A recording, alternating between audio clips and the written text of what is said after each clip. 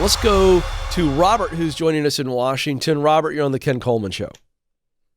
Hi, good morning. Thanks for taking my call. You bet. How can I help? Well, I've been in an industry now for about 18 years.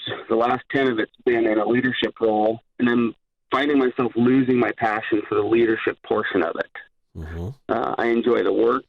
I like to work hard, but the leadership side of it, I'm running up against a wall and just losing that drive to continue with it. Yeah. Was there a point? Yeah, I can help. Let's get some perspective. Was there a point in your 10 years in a leadership position where you had the juice for leadership? Absolutely. How about how long ago? Go ahead. When I started, it was all hands on deck, all in, 2 feet first. Let's do this. Let's go. And I had some poor next level leadership that kind of soured things for me. And it's just been kind of petering out since then. How long has that been going on? About 5 or 6 years now. Describe specifically your direct report. Is that what you're talking about? Correct. Describe what is happening. Is it a guy or a gal? A guy. I no longer work under him. I've got another gentleman I work under that's great. Well, wait a second. But it's hard. Wait a second. Tell me about this. So you got a guy now who's your direct leader, who's great, and then you just gave me what's going on now? Just culture of the company I work for has changed in the same time frame as when I transferred locations out from underneath the guy that started my downward. So what's the part about the culture that's making you not want to lead, even though you enjoy the work? Honestly, I think a lot of it falls back on me and having unrealistic expectations of what I do for myself and expecting the rest of the people around me to do the same thing. Well, now wait a second. Let's stop. I love your honesty, by the way, Robert. This is breakthrough stuff that you're admitting this. If you have unrealistic expectations for the people you're leading, that's what's causing you to not want to lead anymore. But there was a time where you had the juice for leading. So the question is, are you unhealthy right now as a leader? And are you going to regret if you step out of leadership, a position, a role that you once had a lot of juice for, but because you're unhealthy, and that is in fact the case, when you admit that you are holding your team to unrealistic expectations, that's unhealthy. That's on you, not them. But I don't know that I'm willing to say right now that, yeah, it's okay for you to walk away from leadership, because I wonder if you'll have regrets later. What are your thoughts on that? I honestly think I would. I do too. But what? So what's the fix? It's me. I don't. That's why I guess I'm here. Good. Okay. I don't know what I need to do to Where's the my expectations. Where's the unrealistic expectations? Where are they manifesting? Be specific. I have a vision of how everything should go, very meticulous in that aspect, from daily operations to how a job's completed. Tell me more about what you're leading a team doing what work? In the automotive industry.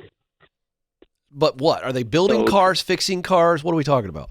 Fixing cars. So you're in the mechanical side of things? Correct. You lead a team of mechanics? Essentially, yes. Okay. And so the big rub is what?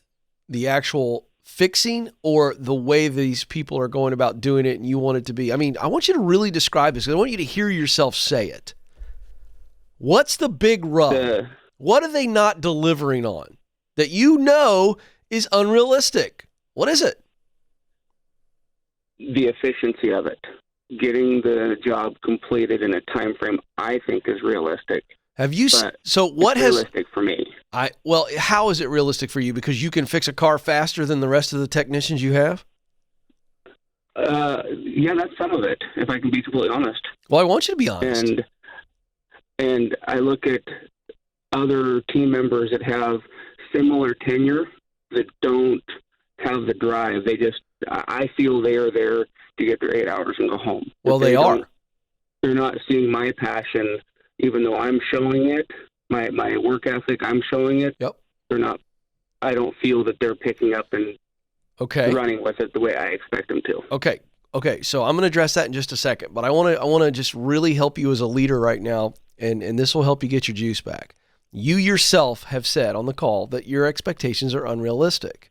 So you actually may be more talented than some of these people, and let's add the extra passion and enthusiasm, which makes, if you were doing their job, you think you would get it done, or you would get it done faster. Okay. But you yourself have said it's unrealistic.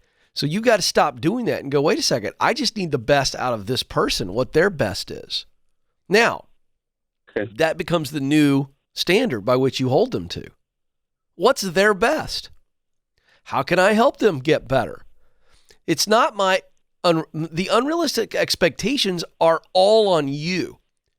What do you need to do as their leader to help them get the training to maybe make their skill set jump up, and thus they're more efficient? Then we want to find people who are fired up and want to move up and want to get better. So that's okay. As a leader, that is leadership. You've got a couple people in your shop that they're not the right person.